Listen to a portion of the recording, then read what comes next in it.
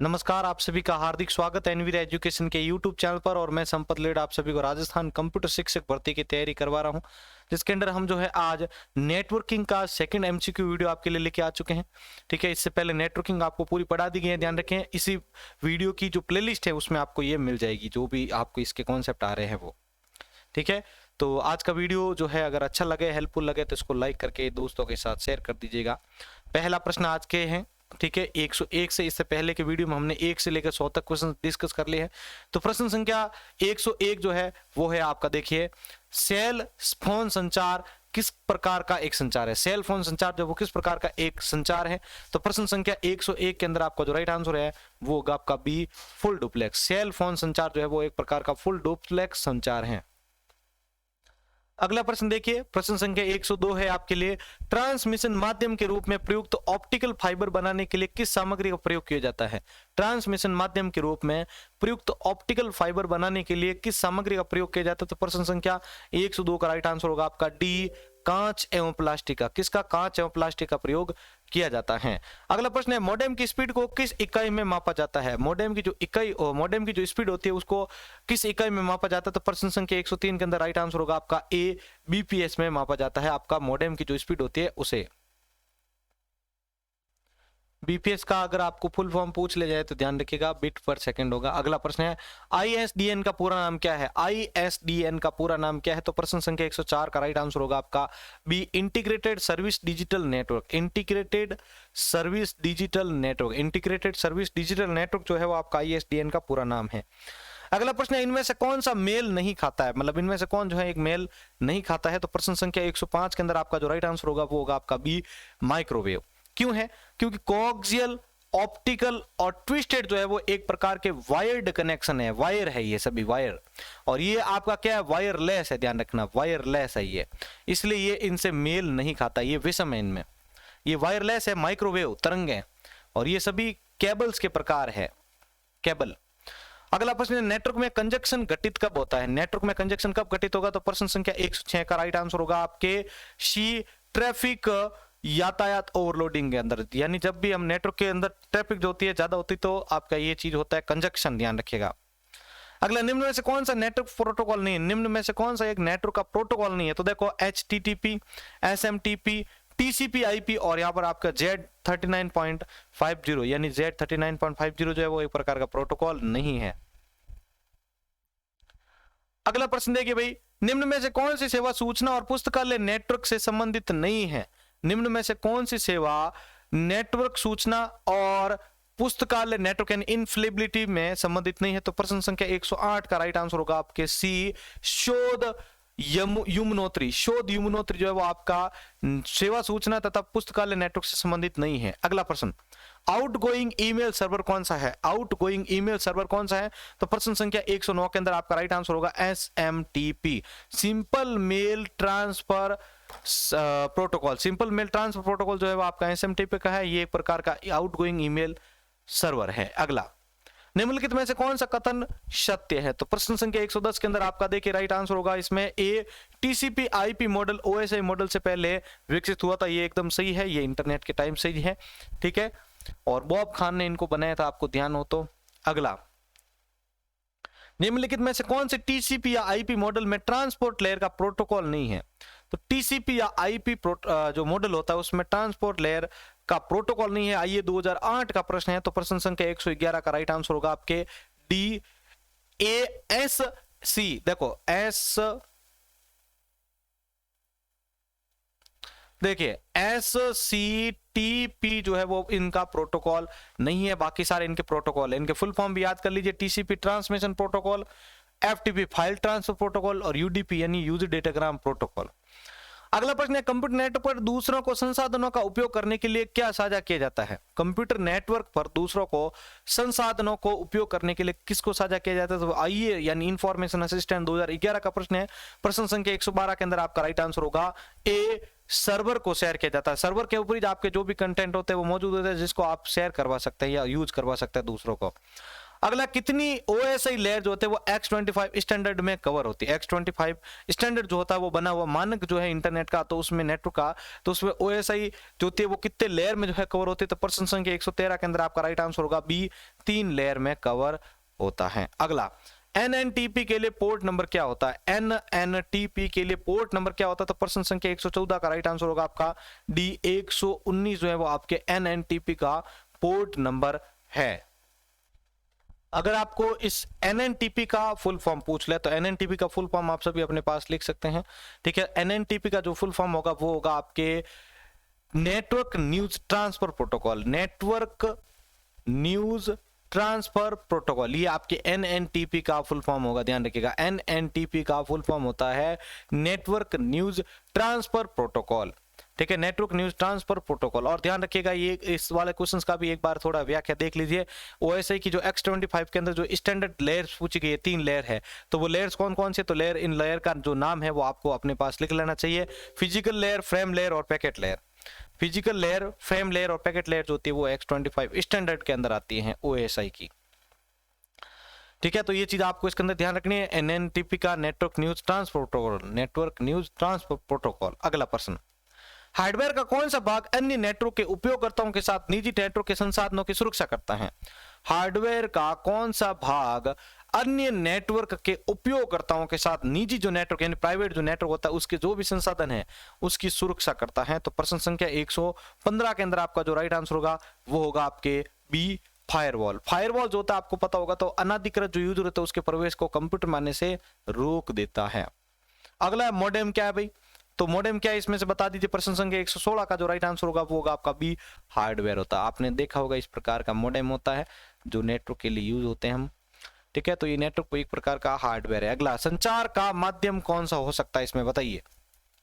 तो इसमें आपका राइट आंसर एकदम इजी से है डी, उपरोक्त सभी। सिंप्लेक्स, डुप्लेक्स और हाफ डुप्लेक्स जो है वो इसके फुल प्रकार है, मतलब इसके जो प्रकार हैं, ठीक है। और आप इस डुप्लेक्स की जगह कई जगह फुल डुप्लेक्स भी देखते हैं, ध्यान रखिएगा। सिंप्लेक्स, हाफ डुप्लेक्स और फुल डुप्लेक्स भी बोला जाता है इसको।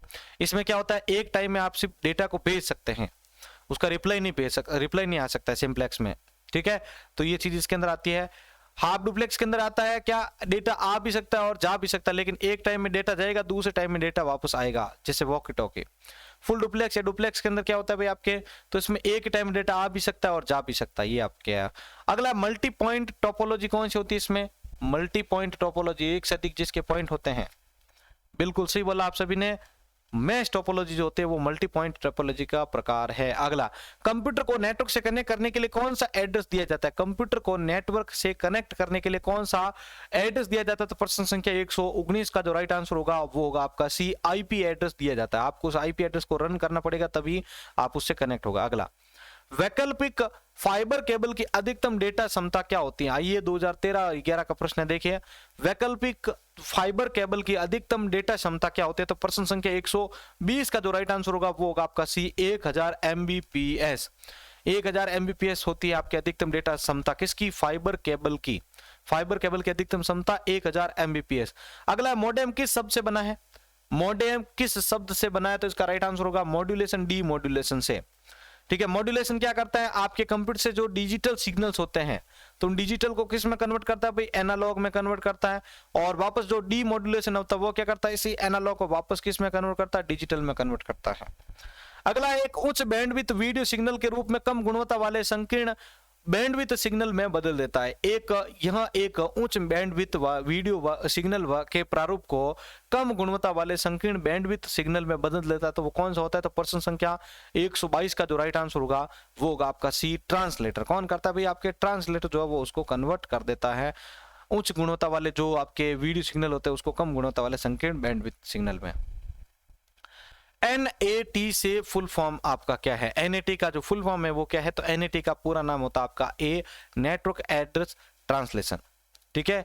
Network address translation, network address translation जो है वो आपके NAT का फुल फॉर्म होता है।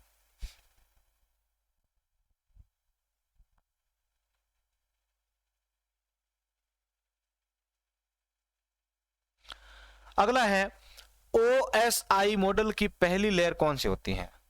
OSI लेयर की पहली लेयर कौन सी होती है?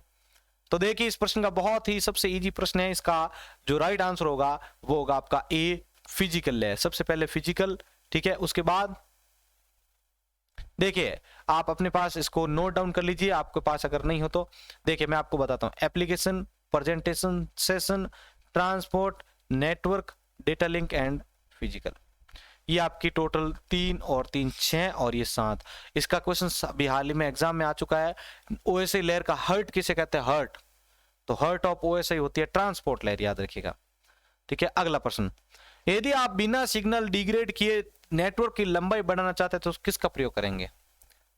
यदि आप जूनियर इंस्ट्रक्टर देखो, ये आपके लास्ट अनुदेशक भर्ती में आ चुका है, कंप्यूटर अनुदेशक की जो भर्ती थी लास्ट उसमें आ चुका है, कोपा 2018 में, ठीक है। तो ये कह रहे हैं कि आप जो सिग्नल है उसको वीक किए बगैर या डिग्रेड किए बगैर अगर आप उसकी लंबाई बढ़ाना चाहते हैं तो बीच बीच में किसको ऐड करते हैं? रिपीटर का यूज करते हैं। अगला प्रश्न, बेतार संचार का उदाहरण इनमें से कौन सा है? बेतार संचार मतलब जिसमें आप तार नहीं जोड़ते और संचार कर सकते हैं। तो देखिए प्रश्न संख्या 126 का जो राइट आंसर होगा वो होगा आपके चौथा, रेडियो वेव्स होती है। बाकी ये सब केबल से कनेक्ट होते हैं, आपको पता होगा। अगला, आने व बाहर जाने वाले पैकेट का विश्लेषण करके नेटवर्क में पहुंच को नियंत्रित करने को क्या कहा जाता है? आने व बाहर जाने वाले पैकेट का विश्लेषण करना है, पहले एनालिसिस करना है, और नेटवर्क में पहुंच जो होती है उसकी रीच जो होती है उसको नियंत्रित एंड कंट्रोल करने की जो किया जाता है उसको क्या कहा जाता है? तो प्रश्न 127 का राइट आंसर होगा आपका डी, पैकेट फिल्टरिंग कहलाता है। पैकेट क्या होता है भाई? जब भी आप कोई सूचना कंप्यूटर इंटरनेट के ऊपर सर्व करते हैं तो वो पैकेट के रूप में, छोटे छोटे पैकेट के रूप में बढ़ जाती है, फिर आगे जाके वो वापस मर्ज हो जाती है। तो पैकेट फिल्टरिंग के अंदर ये चीज होती है कि जो भी बाहर जा रहा है पैकेट और आ रहा है उसको पहले एनालाइज करो, उसके बाद उसको नेटवर्क पर पहुंचाओ। तो ये आपका क्या कहलाता है? पैकेट फिल्टरिंग कहलाता है। अगला प्रश्न, निम्न में से कौन सा एक सर्च इंजन नहीं है? देख लीजिए, गूगल, याहू, बिंग और क्रोम। तो क्रोम यहाँ पर आपका ब्राउजर का उदाहरण है, जबकि यहाँ पर पूछा गया है सर्च इंजन, तो ये यहाँ पर बी वाला ऑप्शन सही होगा इसमें। अगला, प्रत्येक XML डॉक्यूमेंट के साथ आरंभ होता है। बताइए भाई, XML आपको मैं पढ़ा चुका हूं, XML की शुरुआत किस टैग से होनी चाहिए, किस एलिमेंट से होनी चाहिए? तो देखिए भाई प्रश्न संख्या 129 का राइट आंसर आपके सामने, इसका राइट आंसर होगा आपका ए, रूट एलिमेंट। सबसे पहले आपको मैंने बताया था जो रूट होता है उससे शुरुआत होती है, मैंने आपको वो बताया था, जो ट्री था उसमें रूट और उसके नीचे क्या होते हैं भाई? चाइल्ड होते हैं। इसके भी नीचे क्या होते हैं? सब चाइल्ड होते हैं। और जिन चाइल्ड का एक ही पिता होता है, कम से कम 2 चाइल्ड होने चाहिए, तो उसको क्या कहते हैं? हम सिबलिंग कहते हैं। अगला प्रश्न, ओएसआई मॉडल की फिजिकल लेयर में किसका प्रयोग होता है? ओएसआई मॉडल जो होती है उसकी फिजिकल लेयर में किसका प्रयोग होता है? तो प्रश्न संख्या 130 का जो राइट आंसर होगा वो होगा आपका बी, कोएक्सियल केबल का प्रयोग होता है। किसका? कोएक्सियल केबल का यूज होता है। क्यों होता है समझ लीजिए। बात फिजिकल लेयर की जा रही है, फिजिकल मतलब जिसमें फिजिकली कुछ ना कुछ जुड़ेगा, तो केबल ही जुड़ेगी वहां पर, इसलिए कोएक्सियल केबल जो है वो यहाँ पर आपका एकदम सूटेबल ऑप्शन होगा। अगला, निम्नलिखित में से कौन सा कथन सही है, सत्य है भाई? ठीक है, निम्न में से कौन सा कथन सत्य है? मॉडेम एक सॉफ्टवेयर है क्या? दूसरा, मॉडेम वोल्टेज का स्थायीकरण करता है। मॉडेम प्रचलन तंत्र होता है। मॉडेम एनालॉग सिग्नल को डिजिटल और डिजिटल सिग्नल को एनालॉग में बदलता है। ये आपका ऑप्शन सही होता है, यहां पर ध्यान रखिएगा। RSP 2013 का प्रश्न है ये। अगला प्रश्न, ब्लूटूथ तकनीक किस पर प्रयुक्त होती है? ब्लूटूथ तकनीक किस पर प्रयुक्त होती है भाई? आपके लैंडलाइन फोन से मोबाइल फोन पर, यंत्रों के मध्य वायरलेस संचार हेतु, केवल मोबाइल फोन पर सिग्नल प्रसारण हेतु, या फिर सैटेलाइट टेलीविजन संचार हेतु। प्रश्न संख्या 132 का जो राइट आंसर होगा वो होगा आपका बी, यंत्रों के मध्य वायरलेस संचार हेतु। बहुत इजी प्रश्न था कि ये 2 यंत्र है, इन दोनों के मध्य आप अगर वायरलेस डेटा को भेजना चाहते हैं बिना तार के तो आप यूज करते हैं। अगला, पैरेलल यानी समांतर कम्युनिकेशन में कितने आंकड़े स्थानांतरित होते हैं एक टाइम में? पैरेलल जो आप कम्युनिकेशन करते हैं उसमें आंकड़े जो है मतलब एक टाइम में आप कितने आंकड़े जो है स्थानांतरित करते हैं? तो प्रश्न 133 का राइट आंसर होगा ए, 8 बिट। कितने? 8 बिट आप उसमें शेयर करते हैं। और ये चीज मैंने आपको वहां पर नेटवर्क के अंदर बताई थी कि जब हम कोई शेयर करते हैं इस प्रकार से, और मैंने आप जब तो आपको दूसरा सीरियल बताया था उसमें आपको बताया था कि एक एक जोड़ा जाएगा, अगर 1 जाएगा तो पहले उसको बताएगा कि मैं आ चुका हूं, और लास्ट में जैसे नहीं 0 जाएगा तो वो बोलेगा स्टार्ट कर दो, और जैसे 1 भेजेगा तो वो उसको बंद कर देगा। अगला, ऐसे डिवाइस जिनका प्रयोग टेलीकम्युनिकेशन लाइनों पर डेटा ट्रांसमिट करने के लिए किया जाता है। ऐसे डिवाइस जिनका प्रयोग टेलीकम्युनिकेशन लाइनों पर जो है डेटा ट्रांसमिट करने के लिए किया जाता है।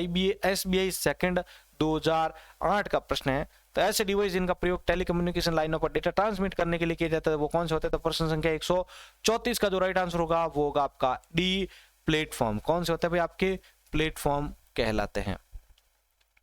अगला प्रश्न है ट्विस्टेड पेयर केबल के संदर्भ में कौन सा कथन असत्य यानी गलत है? तो प्रश्न संख्या 135 का राइट आंसर होगा आपका डी।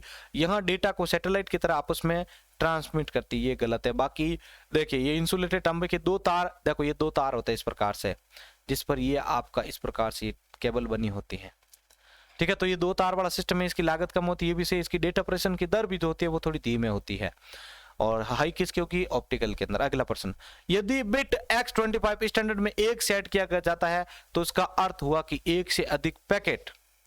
अब आपको यहां पर बताना है Q, D, M और P कौन सा इसमें सही होगा। तो प्रश्न संख्या 136 का जो राइट आंसर होगा वो होगा आपके C, M होगा। कौन सा? यदि M बिट X25 स्टैंडर्ड में एक सेट किया जाता है तो उसका अर्थ हुआ कि वो एक से अधिक पैकेट भेज रही है, ठीक है। चलिए अगला प्रश्न,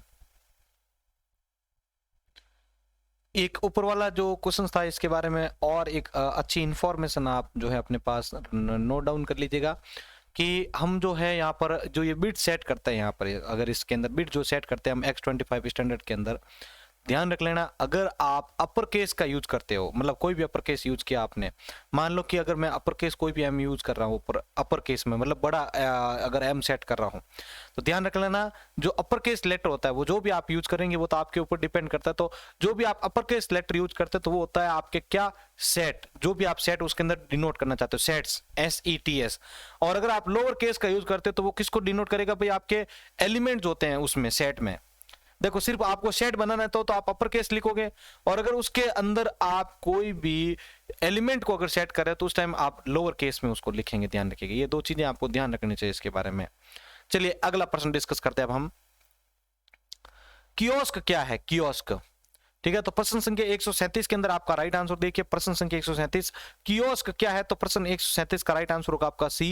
एक कंप्यूटर स्टेशन होता है जो जनता को विशिष्ट और उपयोगी सूचना तथा सेवाएं उपलब्ध करवाता है। कियोस्क आपने देखा होगा KIOSK, कियोस्क, ठीक है। तो ये क्या होता है? एक प्रकार का कंप्यूटर स्टेशन होता है जो जनता को विशिष्ट और उपयोगी सूचनाएं उपलब्ध करवाता है। अगला, फैक्स के संचालन के लिए किस नेटवर्क का उपयोग किया जाता है? जो फैक्स होती है मशीन, उसके संचालन के लिए किस नेटवर्क का प्रयोग किया जाता है? रेलवे, TA और CA 2009 का प्रश्न है। तो प्रश्न संख्या 138 का जो राइट आंसर होगा वो होगा आपका B, PSTN। क्या होता है भाई? आपके PSTN जो होता है वो फैक्स के संचालन के लिए यूज में लिया जाना एक प्रकार का इंपॉर्टेंट नेटवर्क होता है। यहाँ पर जो चारों फुल फॉर्म्स दी गई हैं तो अपने पास आप लिख लीजिए, स्पेशली डिनोट कर दीजिए इन चीजों को। देखिए जो ये वेड है, VAD, ये सारे नेटवर्क के ही जो फुल फॉर्म्स है और इनकी फुल फॉर्म आपको याद रहना बहुत जरूरी है।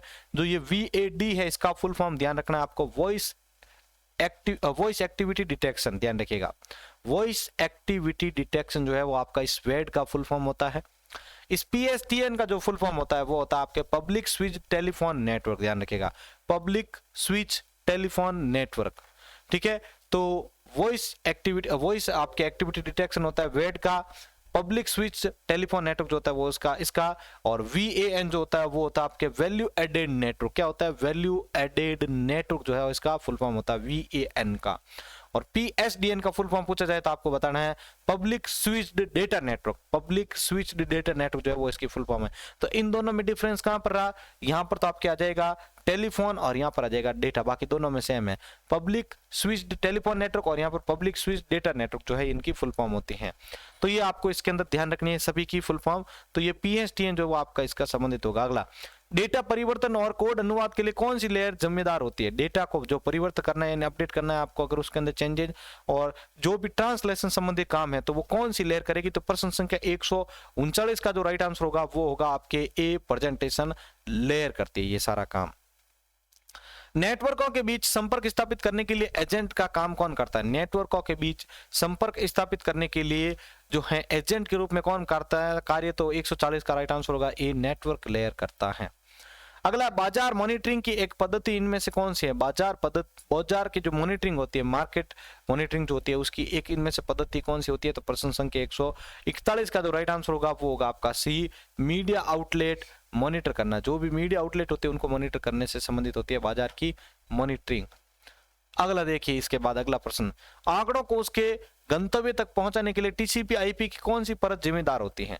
जो भी डेटा होता है तो उनको उनके गंतव्य स्थान तक, देखो DSSB TGT कंप्यूटर साइंस का जो टीचर का एग्जाम होता है उस 2017 में पूछा जा चुका प्रश्न है। तो आंकड़ों को उनके गंतव्य स्थान तक पहुंचाने के लिए टीसीपी आईपी की कौन सी परत यानी लेयर जो होती है वो जिम्मेदार होती है? तो प्रश्न 142 का जो राइट आंसर होगा वो होगा आपका सी, नेटवर्क लेयर। कौन सी? नेटवर्क लेयर काम करती है उसको एक स्थान से दूसरे स्थान पर ले जाने में।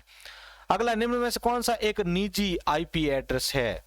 इनमें से कौन सा एक निजी आईपी एड्रेस की श्रेणी में रखा जाता है? तो प्रश्न संख्या 143 का जो राइट आंसर होगा प्रश्न 143 का वो होगा आपका 192 168 12.12 जो है वो एक प्रकार का निजी आईपी एड्रेस का प्रकार है। 192.168 168.12.12।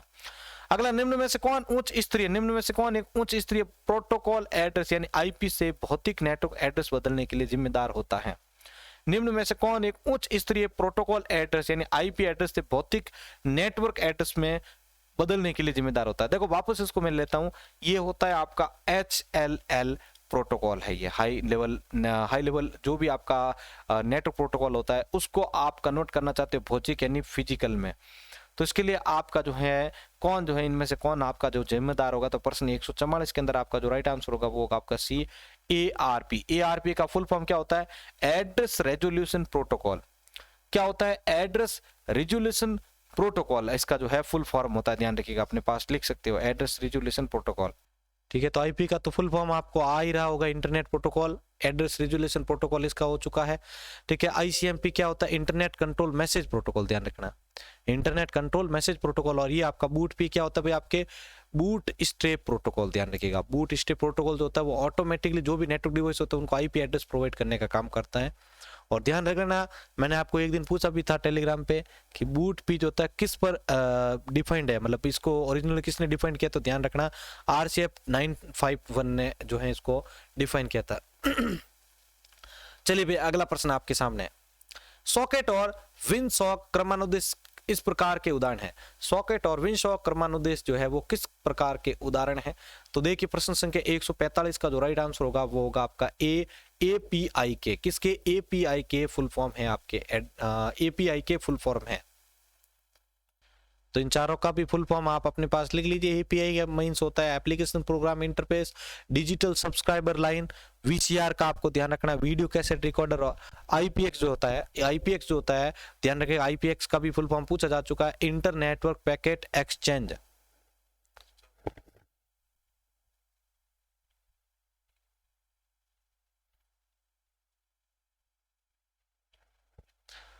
ठीक है, तो ये आपको इनके फुल फॉर्म रखना है, इंटरनेट नेटवर्क पैकेट एक्सचेंज और डिजिटल सब्सक्राइबर लाइन। ठीक है, वीडियो कैसेट रिकॉर्डर और डिजिटल सब्सक्राइबर लाइन। अगला प्रश्न, निम्नलिखित प्रोटोकॉल में से कौन सी आईपी कॉन्फ़िगरेशन को संचालित करती है?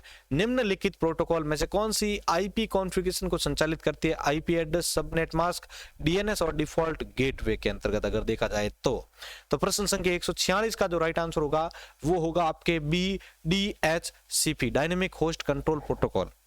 ये हमने कल भी देखा था, एड्रेस रेजोल्यूशन प्रोटोकॉल। ठीक है, SMTP का फुल फॉर्म क्या होता है? तो सिंपल मेल ट्रांसफर प्रोटोकॉल। क्या होता है भाई? आपके सिंपल मेल ट्रांसफर प्रोटोकॉल जो होता है वो आपका किसका फुल फॉर्म होता है भाई? सिंपल मेल ट्रांसफर प्रोटोकॉल जो होता है वो आपके होता है SMTP का। और ध्यान रखिएगा SNMP का अगर पूछ ले जाए आपको तो ध्यान रखना है आपको, simple network management protocol. Simple network management protocol जो है वो SNMP का, ये simple mail transfer protocol, outgoing mail server भी देता है आपको, ध्यान रखिएगा। तो सिंपल नेटवर्क मैनेजमेंट प्रोटोकॉल आपको इसका फुल फॉर्म ध्यान रखना है। अगला प्रश्न, IPv4 यानी इंटरनेट प्रोटोकॉल वर्जन 4 में प्रत्येक आईपी एड्रेस का प्रयोग कर बनाई जाती है। तो बताइए भाई आप सभी कि अगर आप IPv4 यूज करें तो उसमें आपके कितने बिट आप जो है यूज लेंगे? बिल्कुल, देखिए अगला प्रश्न आपके सामने इसका उत्तर है। ठीक है, IPv4 में जो प्रत्येक आईपी एड्रेस का होता है वो कौन सी बिट होती है? तो वो आपके होती है 32 बिट। मैंने आपको बताया था कि इसके अंदर 4 भाग होते हैं, डॉट 4 भाग, डॉट ये आपका इस प्रकार से भाग बनते हैं। अब इसमें प्रत्येक में 8 बिट हुआ तो 8 चौक कितने हुए? 32 बिट हो गए, इस प्रकार से ध्यान रखना है आपको। अगला प्रश्न 127.0.01 किस क्लास का उदाहरण है? आपको मैंने 5 क्लासें बताई थी, तो बताइए इसमें से कौन सी क्लास का उदाहरण आपका 127.0.0.1 जो है इसका उदाहरण होगा? तो प्रश्न संख्या 148 का राइट आंसर होगा आपका सी, लोकल लूप बैक एड्रेस होता है। ये आपके ए और बी में नहीं आता है, ठीक है, ये लोकल लूप बैक एड्रेस होता है, इसको निजी नेटवर्क में भी कई बार गिना जाता है। तो लोकल लूप बैक एड्रेस होता है वो आपके इसमें आता है 127.0.0.1। अगला, एक वर्ग के लिए डिफॉल्ट सबनेट मास्क क्या होगा? एक वर्ग यानी कैटेगरी के लिए जो है डिफॉल्ट सबनेट मास्क क्या माना जाएगा? तो प्रश्न संख्या 149 का जो राइट आंसर होगा वो होगा आपका बी 255.0.0.0। ये आपके डिफॉल्ट सबनेट मास्क की श्रेणी में आएगा। अगला, एक प्रोटोकॉल ईमेल भेजने व प्राप्त करने के लिए किसका प्रयोग करेगा? ठीक है, ईमेल भेजने और प्राप्त करने के लिए कौन सी प्रोटोकॉल का प्रयोग करेंगे? तो प्रश्न संख्या 150 का राइट आंसर होगा आपका डी एसएमटीपी का, मेल भेजने प्राप्त करने के आपको बता दिया था। अगला, IPv6 की अब लंबाई कितनी होगी? तो IPv4 के अंदर तो आपको 32 बिट का बता दिया था। ठीक है, अब यहां पर देखो मैंने आपको बताया था कि 4 भाग बनते हैं, अब यहां पर इसमें डबल कर दो, इसके 8 भाग बनेंगे, तो कितने होंगे भाई? तो 8 को 8 से गुणा कर लीजिए। ठीक है, तो प्रश्न संख्या 151 के अंदर आपका जो जो आपके टोटली 8 जो पार्ट है उनको आपस में आप गुणा करेंगे तो आपको आंसर मिलेगा 128 बिट। कितना होगा? 128 बिट होगा, ध्यान रखिएगा उसमें। तो IPv6 की लंबाई 128 और IPv4 की 32 बिट। अगला, एक लैन से दूसरे लैन में फ्रेम को किसके माध्यम से प्रसारित किया जा सकता है? ठीक है, ब्रॉडकास्ट किया जा सकता है। एक ये लैन है आपकी, अब उससे आपको दूसरी लैन में मतलब एक नेटवर्क से दूसरा सेम नेटवर्क जुड़ता है, तो वो कौन जोड़ता है? तो प्रश्न संख्या 152 का जो राइट आंसर होगा वो होगा आपका बी, ब्रिज जोड़ता है। कौन? ब्रिज जोड़ता है, सेम नेटवर्क को ब्रिज जोड़ता है, कल हमने पढ़ा था इसको। और अगर अलग अलग जो होगा तो उसके लिए किसका यूज होगा? गेटवे का यूज होगा। ये चीजें हमने कल देखी थी। अगला प्रश्न है, समानांतर प्रणाली संप्रेषण का उपयोग करने का नुकसान क्या होता है? समानांतर प्रणाली संप्रेषण का उपयोग करने का नुकसान क्या होता है? तो प्रश्न संख्या 153 का जो राइट आंसर होगा वो होगा ए, यह जो है महंगा हो जाता है। फिर क्या होता है? महंगा हो जाता है, कॉस्टली हो जाता है। अगला, एक अनुमोदन -r यानी -RWXR-RR अष्टभुजाकार अभिव्यक्ति का प्रतिनिधित्व क्या होगा? तो प्रश्न संख्या 154 का जो राइट आंसर होगा वो होगा आपके सी, 744। क्या होगा? 744। इसमें ध्यान रखें आप कि ये जो आपको -RWXR -R और -R जो है वो एक प्रकार का जो है परमिशन से संबंधित लिनक्स के अंतर्गत यूज किया जाने वाला जो है ये ऑक्टल जो है रिप्रेजेंटेशन है, ध्यान रखिएगा, ऑक्टल रिप्रेजेंटेशन है ये, ध्यान रखिएगा। ठीक है, तो इस पॉइंट में आपको इनके ध्यान रखने हैं और आप चाहे तो इनके अलग से MCQ या कुछ पॉइंट्स भी देख सकते हैं। ये यूजर को परमिशन से संबंधित जो है यूज में लिए जाते हैं। अगला प्रश्न 155, संगणक संचार नेटवर्क यानी कंप्यूटर संचार नेटवर्क में अवधि बॉड दर का मतलब क्या होता है? बॉड दर क्या होता है? BROAD ब्रॉड दर का जो मतलब होता है, ब्रॉड रेट जो होती है उसका क्या यूज होता है? तो प्रश्न संख्या 155 का जो राइट आंसर होगा वो होगा आपके सी, जिस दर पर संकेत परिवर्तन होता है, यानी जिस दर पर सिग्नल, जिस रेट पर सिग्नल जो होता है वो आपका परिवर्तन होता रहता है, तो उसको हम क्या कहते हैं? बॉड रेट कहते हैं। BROAD ब्रॉड रेट जो होते हैं उसको हम कहते हैं, इसमें ध्यान रखिएगा, संकेत जो परिवर्तन होता है, सिग्नल ट्रांसमिशन। अगला प्रश्न, डेटा लिंक के स्तर पर त्रुटियों का पता लगाना इसके द्वारा हासिल की है। डेटा रेट के स्तर पर त्रुटियों का पता लगाना इनके किसके द्वारा जो है आपके हासिल की जाती है? तो प्रश्न संख्या 156 का जो राइट आंसर होगा वो होगा आपका B, cyclic redundancy code. CRC का फुल फॉर्म भी पूछा जा चुका है, चेकसम CRC का फुल फॉर्म आ चुका है।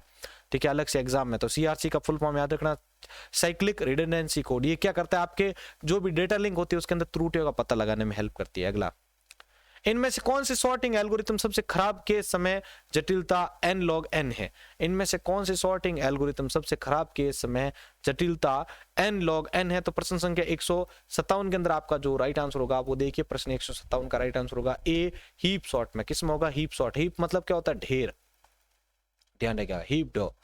अगला है, विरल मैट्रिक्स में क्या होता है? विरल मैट्रिक्स में क्या होता है? तो प्रश्न संख्या 158 के अंदर आपका जो राइट आंसर होगा वो होगा आपका ए, अनेक शून्य प्रविष्टियों से गैर शून्य प्रविष्टियां की जाती है। ध्यान रखिएगा, विरल मैट्रिक्स में अनेक शून्य प्रविष्टियां जो होती है उनमें से गैर शून्य जो है प्रविष्टियां की जाती है। अगला, एक सिंपल ग्राफ जिसमें n वर्टिसेज है उसमें वर्टेक्स की अधिकतम डिग्री कितनी होगी? अगर एक सिंपल ग्राफ जिसमें n जो है वर्टिसेज है तो उसमें वर्टेक्स की अधिकतम डिग्री जो है कितनी होगी? तो प्रश्न संख्या 159 का राइट आंसर होगा आपका बी, n-1। जो भी आपको n वैल्यू दी गई उसमें से एक आपको लेस करना है। अगला, दोष कम होगा अगर दोष निम्नलिखित में से किस चरण में हो?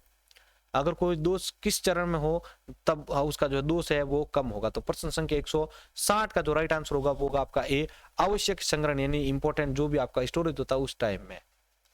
अगला, परीक्षण में केवल सॉफ्टवेयर मॉड्यूल कार्य का परीक्षण करते हैं। किस परीक्षण में केवल जो है सॉफ्टवेयर मॉड्यूल कार्य का परीक्षण किया जाता है? तो व्हाइट बॉक्स, ब्लैक बॉक्स और स्लेटी बॉक्स, और लास्ट है आपका इनमें से कोई नहीं। तो प्रश्न संख्या 100, देखो ये आपके सेड का क्वेश्चन है, सिस्टम एनालिसिस और डिजाइन का, ठीक है। तो प्रश्न संख्या 161 का जो राइट आंसर होगा वो होगा आपका बी, ब्लैक बॉक्स टेस्टिंग के अंदर। और इसके अंदर होता क्या, मैं आपको बता चुका हूं, किसी भी सॉफ्टवेयर की पूरी अंदरूनी हर एक चीज को पूरा जांच किया जाता है, जितने भी मॉड्यूल्स होते हैं वो किस प्रकार से बने हैं, तो हर एक चीज को जांच किया जाता है, तो वो होता है आपका ब्लैक बॉक्स के अंदर, ध्यान रखिएगा। प्रश्न संख्या 162, परेटो सिद्धांत एडवोकेट करता है। परेटो सिद्धांत एडवोकेट किसको करता है? तो प्रश्न संख्या 162 के अंदर आपका राइट आंसर होगा बी, आपका 18 से 20 नियम को, किसका 80 से 20 प्रोटोकॉल जो होते हैं, नियम जो होते हैं इसके रूल्स, उनको ये एडवोकेट करता है। अगला, एफटीपी फाइल ट्रांसफर करने के लिए कितने नंबर का कनेक्शन उपयोग करता है? एफटीपी फाइल ट्रांसफर करने के लिए कितने नंबर का जो है आपके कौन से नंबर का कनेक्शन का जो है उपयोग करता है? तो प्रश्न संख्या 163 का जो राइट आंसर होगा वो होगा आपके सी, 2 जो है आपके नंबर का कनेक्शन का जो है प्रयोग करता है एफटीपी, ध्यान रखिएगा। अगला है यहाँ एक लॉजिकल एड्रेस का प्रयोग करता है। तो लॉजिकल एड्रेस का प्रयोग कौन करता है? तो प्रश्न संख्या 164 का जो राइट आंसर होगा वो होगा आपका राउटर। कौन करता है? राउटर जो होता है वो आपके लॉजिकल एड्रेस का प्रयोग करता है, राउटर लॉजिकल एड्रेस का प्रयोग करता है। अगला है डेटा ट्रांसलेशन और प्रोटोकॉल कन्वर्जेशन फंक्शन क्या करता है? डेटा ट्रांसलेशन और प्रोटोकॉल कन्वर्जेशन फंक्शन जो है वो क्या करता है? तो प्रश्न संख्या 165 के अंदर आपका राइट आंसर होगा वो होगा आपका बी, गेटवे। गेटवे जो होता है वो आपके डेटा को ट्रांसलेट और प्रोटोकॉल का कन्वर्जन जो होता है उससे संबंधित फंक्शन का कार्य करता है। अगला, HTTP, FTP और किसका संग्रह? HTTP जो है वो आपका FTP तथा और किससे मिलकर बनता है? तो प्रश्न संख्या 166 का जो राइट आंसर होगा वो होगा आपके डी, SMTP से। किससे? FTP और SMTP जो होता है ये दो मिलकर HTTP का निर्माण करते हैं। अगला, यह एक फुल डुप्लेक्स सिस्टम का उदाहरण है, इनमें से बताइए कौन सा एक फुल डुप्लेक्स सिस्टम का उदाहरण है? तो प्रश्न संख्या 163 के अंदर आपका राइट आंसर होगा आपके डी, टेलीफोन जो होता है वो आपके इसका उदाहरण है, क्योंकि उसमें एक ही टाइम में बात कर भी सकते हैं। अगला, किसी ऑपरेंड का किसी टाइप में एक्सप्लिसिट कन्वर्जेशन क्या कहलाता है? कोई ऑपरेंड है आपका, उसका किसी टाइप में एक्सप्लिसिट अगर आप कन्वर्जेशन करते हैं तो वो किस प्रकार का आपके माना जाएगा? तो इसमें आपका प्रश्न संख्या 168 के अंदर आपका जो राइट आंसर होगा वो होगा आपके सी, टाइप कास्टिंग। आपका एक टाइप में जैसे डेटा है तो वो दूसरे टाइप में कन्वर्ट हो जाता है, इसको टाइप कास्टिंग कहते हैं। अगला, टीसीपी या आईपी मॉडल में यहाँ पर 2 रिक्त स्थान दे रखे हैं, लेयर नहीं होती है परंतु, और यहाँ पर एक तीसरी लेयर भी दे रखी है, ठीक है। तो यहाँ पर आपको बताना है कि इन तीनों में क्या आएगा, लेयर में इनके जरूरी कार्य शामिल होता है। तो प्रश्न संख्या 169 को समझिए, इसका राइट आंसर होगा आपका सी, सेशन। यानी टीसीपी आईपी मॉडल में सेशन तथा प्रेजेंटेशन लेयर नहीं होती है। टीसीपी आईपी में सेशन तथा प्रेजेंटेशन लेयर नहीं होती है, परंतु एप्लीकेशन लेयर में इनके जरूरी कार्य शामिल जरूर किए जाते हैं। अगला 169वां, एक CIDR नेटवर्क एड्रेस 194.24.0.0/20 पर विचार करें। इस नेटवर्क में अंतिम एड्रेस क्या माना जाएगा? इसका अंतिम एड्रेस क्या माना जाएगा? तो प्रश्न 170 का जो राइट आंसर होगा वो होगा आपका ए, 194.24.7.255 इसका एड्रेस माना जाएगा। अगला, कंप्यूटर नेटवर्क के संदर्भ में निम्न में से कौन सा एक त्रुटि संशोधन कोड यानी कूट नहीं है आपका? ठीक है, तो एक कंप्यूटर नेटवर्क के संदर्भ में निम्न में से कौन सा एक एरर आपका मतलब त्रुटि संशोधन जो कोड होता है वो नहीं माना जाएगा? तो प्रश्न संख्या 171 का जो राइट आंसर होगा वो होगा आपका ए, बाइनरी सम वलन कोड यानी बाइनरी कॉन्वोल्यूशन कोड जो होता है वो आपका इसके अंदर नहीं माना जाएगा, चेक सम कोड। अगला, टीसीपी या आईपी रेफरेंस मॉडल में एक एप्लीकेशन लेयर प्रोटोकॉल है जबकि एक इंटरनेट लेयर प्रोटोकॉल। तो अब बताइए इसमें दोनों में से कौन सा ऑप्शन आएगा? तो प्रश्न संख्या 172 के अंदर आपका जो राइट आंसर होगा वो होगा आपका ए, आरटीपी। यानी एक टीसीपी आईपी रेफरेंस मॉडल में आरटीपी जो होता है वो एक एप्लीकेशन लेयर प्रोटोकॉल है, जबकि आईसीएमपी जो होता है इंटरनेट कंट्रोल मैनेजमेंट प्रोटोकॉल जो होता है वो आपका एक इंटरनेट लेयर प्रोटोकॉल माना जाता है। अगला, माना चैनल की क्षमता 100 Mbps, औसत फ्रेम लंबाई जो है वो आपके 10,000 बीट्स तथा औसत फ्रेम आगमन की जो दर यानी इनकमिंग जो दर होती है वो होती है आपके 5,000 फ्रेम पर सेकंड। साधारणतः क्यूइंग सिद्धांत लागू करते हुए चैनल पर एक फ्रेम भेजने में औसत फ्रेम का कितना विलंब होगा? तो प्रश्न संख्या 173 का जो राइट आंसर होगा वो होगा आपके ए 200 माइक्रो सेकंड का। कितना? 200 माइक्रो सेकंड का प्रयोग किया जाएगा। अगला है शुद्ध एलोहा के अंतर्गत अधिकतम चैनल की उपयोगिता कितनी है? शुद्ध एलोहा के अंतर्गत अधिकतम चैनल की उपयोगिता कितनी होती है? तो प्रश्न संख्या 174 का राइट आंसर होगा आपके बी 18%। कितनी? 18% जो है इसकी शुद्ध एलोहा के अंतर्गत जो है अधिकतम चैनल की उपयोगिता मानी जाएगी। अगला प्रश्न देखिए 175वां प्रश्न संख्या 175 है, कंप्यूटर नेटवर्क में त्रुटि खोज तथा सुधार के संदर्भ में CRC का तात्पर्य क्या है? देख लीजिए, CRC का फुल फॉर्म आ चुका है।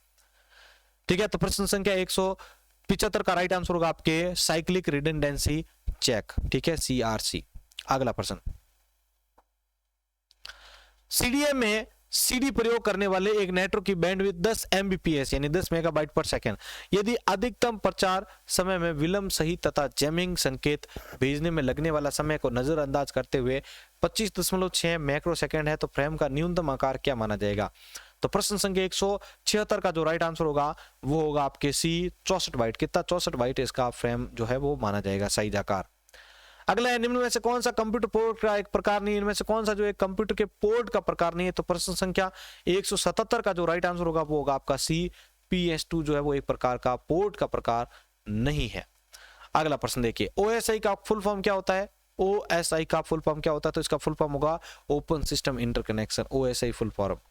अगला है, कंप्यूटर नेटवर्क साहित्य में सिग्नल रेट के लिए विभिन्न उभयनिष्ठ शब्दावली का प्रयोग किया जाता है। निम्न में से कौन से सिग्नल रेट की अधिकतर उभयनिष्ठ जो है शब्दावली नहीं मानी जा सकती है? तो प्रश्न संख्या 179 के अंदर आपका जो राइट आंसर होगा वो होगा आपके ए पल्स रेट। पल्स रेट जो होती है वो इसके अंदर नहीं आती, बाकी मॉड्यूलेशन रेट, बॉड रेट और बिट रेट जो होती है वो आपके इसके अंतर्गत मानी जाती है। अगला है IPsec यानी IP सिक्योरिटी के संदर्भ में कौन सा कथन जो है सत्य है? तो उसका चुनाव आपको करना है। तो प्रश्न संख्या 180 का जो राइट आंसर होगा वो होगा आपके CAH यानी एलोआ प्रोटोकॉल गोपनीयता प्रदान करता है परंतु डेटा विश्वसनीयता जो होती है वो प्रदान नहीं करता है। अगला है 10 बेस 5। ठीक है, 10 बेस 5 केबलिंग को क्या कहा जा सकता है? 10 बेस 5 केबलिंग जो होती है, 10 बेस 5 केबलिंग जो होती है उसको किस नाम से भी जाना जाता है? तो प्रश्न संख्या 181 का राइट आंसर होगा आपका बी थिक इथरनेट कहता है। क्या कहता है? थिक इथरनेट के नाम से जानते हैं। 10 बेस 5 केबल जो होती है उसको क्या कहते हैं हम? Thick Ethernet. अगला प्रश्न, निम्नलिखित में से कौन सी युक्ति डेटा के फॉर्मेट और अंतर वस्तु को समझती है और संदेश को एक फॉर्मेट से दूसरे फॉर्मेट में परिवर्तित करती है? निम्नलिखित में से कौन सी एक युक्ति जो होती है डेटा के फॉर्मेट और अंतर वस्तु को समझती है तथा संदेश को एक फॉर्मेट से दूसरे फॉर्मेट में कन्वर्ट करती है? तो प्रश्न संख्या 182 का राइट आंसर होगा आपके डी राउटर। तो देखिए भाई, अगला प्रश्न हम डिस्कस करते हैं हम इसके बाद में, निम्नलिखित में से कौन सा संचरण माध्यम टोटल इंटरनल रिफ्लेक्शन के सिद्धांत पर कार्य करता है? इनमें से कौन सा संचरण माध्यम जो है वो आपके टोटल इंटरनल रिफ्लेक्शन के सिद्धांत पर कार्य करता है? तो प्रश्न संख्या 183 का जो राइट आंसर होगा वो होगा आपका ए ऑप्टिकल फाइबर केबल। किस पर? ऑप्टिकल फाइबर केबल पर कार्य करता है। अगला, निम्नलिखित में से कौन सा, देखिए प्रश्न का वापस देख लेते हैं एक बार, कौन सा संचरण माध्यम यानी कम्युनिकेशन जो मीडियम होता है वो टोटल इंटरनल TIR यानी टोटल इंटरनल रिफ्लेक्शन के सिद्धांत पर कार्य करता है? Optical fibre cable. अगला, निम्नलिखित में से कौन सी टोपोलॉजी अधिकतम विश्वसनीयता प्रदान करती है? ठीक है, तो प्रश्न संख्या 184 का राइट आंसर देखें, इसका राइट आंसर होगा आपका ए मैश टोपोलॉजी जो है आपको विश्वसनीयता प्रदान करती है। अगला प्रश्न है, 1 गीगाहर्ट्ज तथा 300 गीगाहर्ट्ज के मध्य की आवर्ती परास वाली विद्युत चुंबकीय तरंगे क्या कहलाती है? देखिए वापस देखिए इसको, 300 गीगाहर्ट्ज से लेकर 1 गीगाहर्ट्ज से लेकर 300 गीगाहर्ट्ज के बीच की जो भी आवृत्ति होती है विद्युत चुंबकीय तरंगों की वे क्या कहलाते हैं? तो प्रश्न संख्या 185 के अंदर आपका जो राइट आंसर होगा वो होगा आपका बी सूक्ष्म तरंगे कहलाती है। क्या? सूक्ष्म तरंगे कहलाती हैं। अगला, डिवाइस ब्रिज का उपयोग OS रेफरेंस मॉडल की किस लेयर पर किया जाता है? जो ब्रिज होता है उसका प्रयोग आपके OSI मॉडल जो होता है उसकी कौन सी लेयर पर किया जाता है? तो प्रश्न संख्या 186 के अंदर आपका राइट आंसर होगा ए डेटा लिंक के ऊपर किया जाता है OSI के अंदर ब्रिज का प्रयोग। अब ये क्वेश्चन आपको सभी को आ रहा है, IPv4 का आकार कितना होता है? तो IPv4 का आकार 32 बिट और अगर IPv6 की बात करें तो कितना होगा? तो 128 बिट, ध्यान रखिएगा। अगला, डेटा विनियमन के लिए निम्न में से कौन सा संभावित तरीका नहीं है? डेटा विनियमन के लिए निम्न में से कौन सा एक संभावित तरीका नहीं माना जा सकता है? तो प्रश्न संख्या 188 के अंदर आपका राइट आंसर होगा डी, मल्टीप्लेक्स। कौन सा? मल्टीप्लेक्स। ध्यान रखिएगा। बाकी आपके डेटा विनिमय मतलब डेटा का आदान प्रदान करने के लिए, बाकी half duplex, full duplex, simplex आप यूज करते हैं, ये यूज नहीं करते हैं। अगला, निम्न में से कौन सी सर्विस यह पुष्टि करने के लिए बनाई गई है कि उक्त कंप्यूटर आईपी एड्रेस के साथ अस्तित्व में है या और नेटवर्क से जुड़ा हुआ है? तो देखिए, इसके लिए आपको मैंने कल भी डिस्कस करवाया था इसका, ठीक है। कौन सी सर्विस यह पुष्टि करती है कि बनाई गई उक्त कंप्यूटर अस्तित्व में, मतलब आईपी जो है वो आपके अस्तित्व में है या किसी अन्य नेटवर्क से जुड़ा हुआ है? तो प्रश्न संख्या 189 का राइट आंसर होगा आपका डी, पिंग कमांड होता है ये, पिंग की मदद से, सर्विस की मदद से। अगला, निम्नलिखित में से कौन सा कंप्यूटर का विश्वव्यापी नेटवर्क है? रिको के अंदर पूछा जा चुका प्रश्न है, ध्यान रखिएगा भाई आपके। निम्नलिखित में से कौन सा कंप्यूटर का विश्वव्यापी जो है नेटवर्क माना जाता है? तो प्रश्न संख्या 190 का जो राइट आंसर होगा वो होगा आपके डी, यानी ये पब्लिक है, इंटरनेट, इसलिए इसको विश्वव्यापी पूरे विश्व में फैला हुआ है। अगला, डेटाबेस में किसी भी लेनदेन को स्थायी रूप से सहेजने के लिए किस कमांड का प्रयोग किया जाता है? यानी आप उसको जो है स्थायी रूप में, अगर आप उसको फाइनली सेव करना चाहते हैं, आप उसके बाद में चेंज नहीं कर सकते हो, तो इसके लिए मैंने आपको बताया थे अलग अलग कमांड, ये TCL के अंतर्गत, ठीक है। तो प्रश्न संख्या 191 के जो राइट आंसर होगा वो होगा आपका डी, कमिट करते हैं, COMMIT। कमिट से आप क्या कर सकते हो? उसको सेव करते हो। रोल बैक क्या करते हैं? वापस आप बैक करते हो, अंडू जैसे। अगला प्रश्न, स्थानीय डिवाइस का हार्डवेयर पता खोजने के लिए किस प्रोटोकॉल का प्रयोग किया जाता है? स्थानीय जो भी डिवाइस है आपका, लोकल जो डिवाइस होता है, उसका हार्डवेयर का पता प्राप्त करना है आपको, तो उसके लिए आप किस प्रोटोकॉल का प्रयोग करते हैं? तो प्रश्न संख्या 192 के अंदर आपका राइट आंसर होगा डी, ARP का। ARP का फुल फॉर्म क्या होता है? Address resolution protocol, internet control message management protocol, ठीक है। अगला प्रश्न देखिए,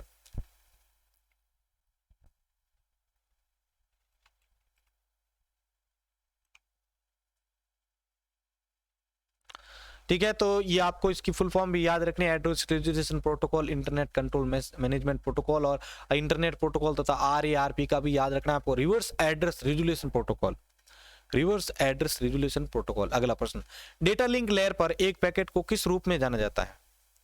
डेटा लिंक लेयर पर जो पैकेट होता है उसको किस रूप में जाना जाता है? तो प्रश्न संख्या 193 का जो राइट आंसर होगा वो होगा आपके डी, फ्रेम के रूप में जाना जाता है। किस फ्रेम के रूप में जाना जाता है? अगला प्रश्न है, दो मॉडेम की एक दूसरे के साथ संचार स्थापित करने की प्रक्रिया को संदर्भित करने के लिए किसका प्रयोग किया जाता है? रिको असिस्टेंट प्रोग्रामर 2021 का सवाल है, अभी हाल ही में आया हुआ सवाल है ये, ठीक है। तो दो मॉडेम की एक दूसरे के साथ संचार स्थापित करने की प्रक्रिया को संदर्भित करने के लिए किसका इस्तेमाल किया जाता है? तो प्रश्न संख्या 194 का जो राइट आंसर होगा वो होगा आपका ए, हैंड शेकिंग। क्या कहलाता है आपका? हैंड, HANDSHACKING, हैंड शेकिंग जो होता है वो इसका आंसर होगा। हैंड शेकिंग जो है वो आपके दो मॉडेम के एक दूसरे के साथ संचार स्थापित करने की प्रक्रिया को संदर्भित करने का इस्तेमाल किया जाने वाला तरीका होता है। अगला है, पिकोनेट में एक मास्टर नोड और एक स्लेव नोड हो सकता है, तो कितने होते हैं भाई आपके पिकोनेट में? ठीक है, तो प्रश्न संख्या 195 का जो राइट आंसर होगा वो होगा आपका ए। यहां पर देखिए आप, पिकोनेट में एक मास्टर तथा नोड में जो है 7 स्लेव स्टेशन होते हैं, ध्यान रखिएगा, हम ब्लूटूथ के अंदर भी इसको पढ़ते हैं। अगला प्रश्न, निम्न में से कौन सा, और ये भी ध्यान रखना, अभी हाल ही में 2021 का सवाल है, रिको असिस्टेंट प्रोग्रामर का। अगला देखिए, निम्न में से कौन सा फाइबर ऑप्टिक केबल का एक प्रकार नहीं है? फाइबर ऑप्टिक का केबल, देखो ये भी अभी हाल ही में आया हुआ सवाल है, ठीक है। तो निम्न में से कौन सा एक फाइबर ऑप्टिक केबल का प्रकार नहीं है? तो प्रश्न संख्या 196 का जो राइट आंसर होगा वो होगा आपका D, single node twisted pair. Single node twisted pair जो है वो एक प्रकार का ऑप्टिकल फाइबर केबल का प्रकार नहीं है। बाकी multi mode step index, single mode और मल्टी मोड ग्रेडेड इंडेक्स जो है इसके उदाहरण है, बल्कि single mode twisted pair cable, single mode twisted pair इसका प्रकार नहीं है। अगला प्रश्न, ब्लूटूथ किस नेटवर्क का एक उदाहरण है भाई? ब्लूटूथ एक किस प्रकार के नेटवर्क का उदाहरण है? तो प्रश्न संख्या 197 का जो राइट आंसर होगा वो होगा आपके एक निजी यानी प्राइवेट नेटवर्क का उदाहरण है। अगला, HDMI में डी और एक का क्या अर्थ होता है? HDMI में डी और एक का क्या अर्थ होता है? तो इसका आंसर देखिए, प्रश्न संख्या, देखो इसका हाई डेफिनेशन मल्टीमीडिया इंटरफेस होता है, तो डी हो गया आपका, ठीक है। तो अभी यहाँ पर पूछा गया है कि डी और एक का अर्थ जो है आपका यहाँ पर क्या होगा? तो प्रश्न संख्या 198 के अंदर आपका राइट आंसर जो होगा वो आपका डी, ठीक है, डेफिनेशन और मल्टीमीडिया, ठीक है, डेफिनेशन और मल्टीमीडिया यहाँ पर आपके एम, ठीक है, और इसका आंसर यहाँ पर मल्टीमीडिया रहेगा, हाई डेफिनेशन मल्टीमीडिया इंटरफेस। अगला प्रश्न, निम्नलिखित में से कौन सा फाइबर ऑप्टिक केबल के लिए सही नहीं है? निम्न में से कौन सा एक फाइबर ऑप्टिक केबल के लिए सही नहीं माना जाता है? ये भी अभी हाल ही का प्रश्न है। तो प्रश्न संख्या 199 का जो राइट आंसर होगा वो होगा आपके ए, क्लैडिंग कोर की तुलना में अधिक घना होता है। ये क्लैडिंग कोर की तुलना में अधिक घना होता है। और आज की वीडियो का लास्ट 200वां प्रश्न है, इथरनेट में जब मैनचेस्टर एन्कोडिंग का प्रयोग किया जाता है तो बिट दर क्या होती है? जब इथरनेट में मैनचेस्टर कोडिंग होती है, मैंने आपको बताया था ये मैनचेस्टर कोडिंग स्टार्ट हो रही है, और जब नीचे से स्टार्ट हो रही है तो आपकी होगी 0, और जब ऊपर से स्टार्ट होती है ऐसे तो उसको बोलते हैं हम 1। इसका आपको मेरे चैनल पर जो है एक जो है क्वेश्चंस भी देखने को मिला होगा, मैंने यूट्यूब के कम्युनिटी टैब में डाला था, ठीक है। तो आप आज जरूर जाके उसको देखिएगा। कम्युनिटी टैब के अंदर मैंने इस वीडियो को सॉरी इस क्वेश्चंस को डाला था। किस किस ने देखा है तो वे सभी एक बार कमेंट बॉक्स में अपना आंसर बताएं। जो यहाँ से शुरू होता है ऊपर से उसको हम 1 से डिनोट करते हैं, और नीचे से जब शुरू होता है उसको 0 से डिनोट करते हैं। तो आप इसको जब जोड़ेंगे तो इनमें से कोई एक आंसर आपको मिलेगा, ठीक है। तो वैसे आप जाके देखिएगा कम्युनिटी वाले टैब में। तो इंटरनेट में जब मैनचेस्टर कोडिंग का प्रयोग किया जाता है तो बिट दर जो होती है वो क्या होती है? तो प्रश्न संख्या 200 का जो राइट आंसर होगा वो होगा आपका आधा बॉड दर। क्या होती है? आधा जो बॉड दर होती है, हाफ बॉड दर होती है, ध्यान रखिएगा। तो भाई ये थे हमारे आज के इंपॉर्टेंट क्वेश्चन नेटवर्किंग के। इससे पहले भी 100 क्वेश्चंस मैं करा चुका हूं। अगर ये वीडियो आपको आज की अच्छी और हेल्पफुल लगी है तो इसको लाइक करके सब्सक्राइब कर दीजिएगा चैनल को, और बेल आइकॉन को भी जरूर ऑन कर दीजिएगा, अपने दोस्तों के साथ शेयर कर दीजिएगा। तो मिलते हैं एक और नई वीडियो के साथ। जय हिंद, जय भारत।